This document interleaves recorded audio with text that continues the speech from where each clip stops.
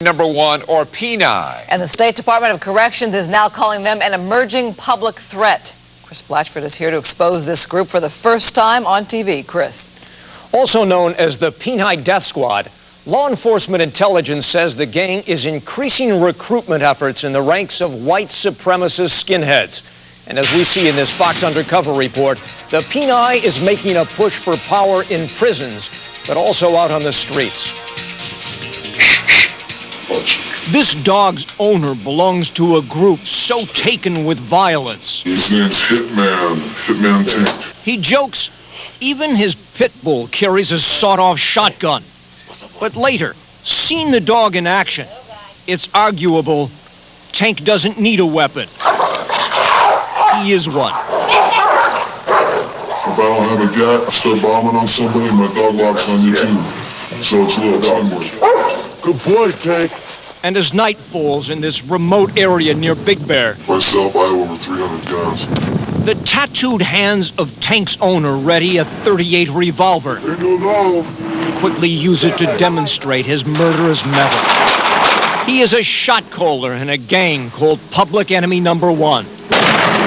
Mostly known as PENI, sometimes referred to as PDS, short for the PENI Death Squad, ready to kill enemies and snitches. I'll end up with one of these when I got 16 gauge right here. Guarantee you won't get up if I blast you, you know? As far as we can determine, PENI started in Long Beach about 1986.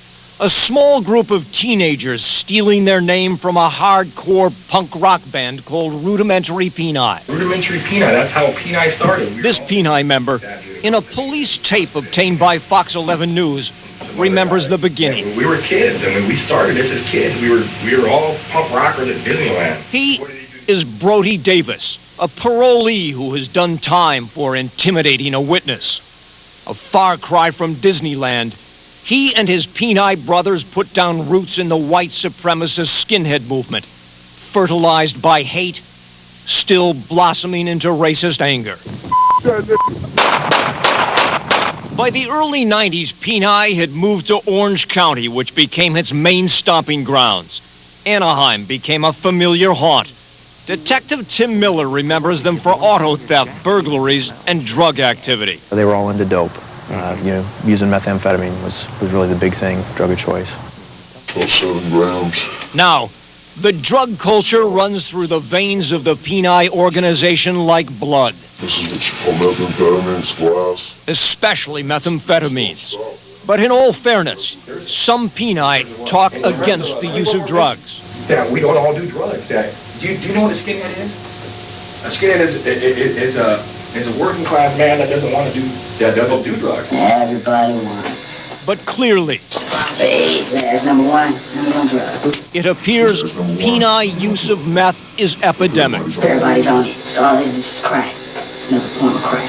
And also, for PENI, I just do this for the money. meth is a major source of income. I'll do jail time, I'll do whatever I have to do to make the money, to get my coin, you know, and I live by the code of silence. And he lives on the profits of drug sales. Probably about $400 a day, but I'm not really pushing the issue. He says he gets the dope from PENI buddies. Partners make it. For a while, they were making it here. We're manufacturing speed. That's until the dangerous chemicals used to make meth exploded. We got a spark and the house went up. Apparently, flames destroyed the cabin before firefighters and police arrived. Well, I usually have it turned on. These PENI often monitor police activity on a scanner. We'll blast. And according to law enforcement intelligence obtained by Fox 11 News, Put some holes in motherfucker's head. PENI are actively recruiting new members to protect their interests Kill them. and strengthen their position among other white criminal elements. Kill. Department of Corrections gang officer Wes Harris. These groups are going to start popping up everywhere, and they are extremely violent. He says PENI sees themselves as Viking warriors, true to pagan Nordic gods, a die-on-your-shield philosophy, and no remorse. It fits well with a group that has evolved from punk rockers to racist skinheads to a gang of thugs moving into organized crime. In this business, it's guns, speed, violence, and sex. That's what it's all about.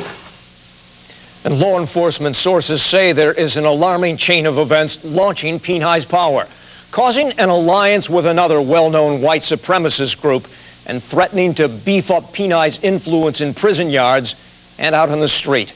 We'll have that story tomorrow.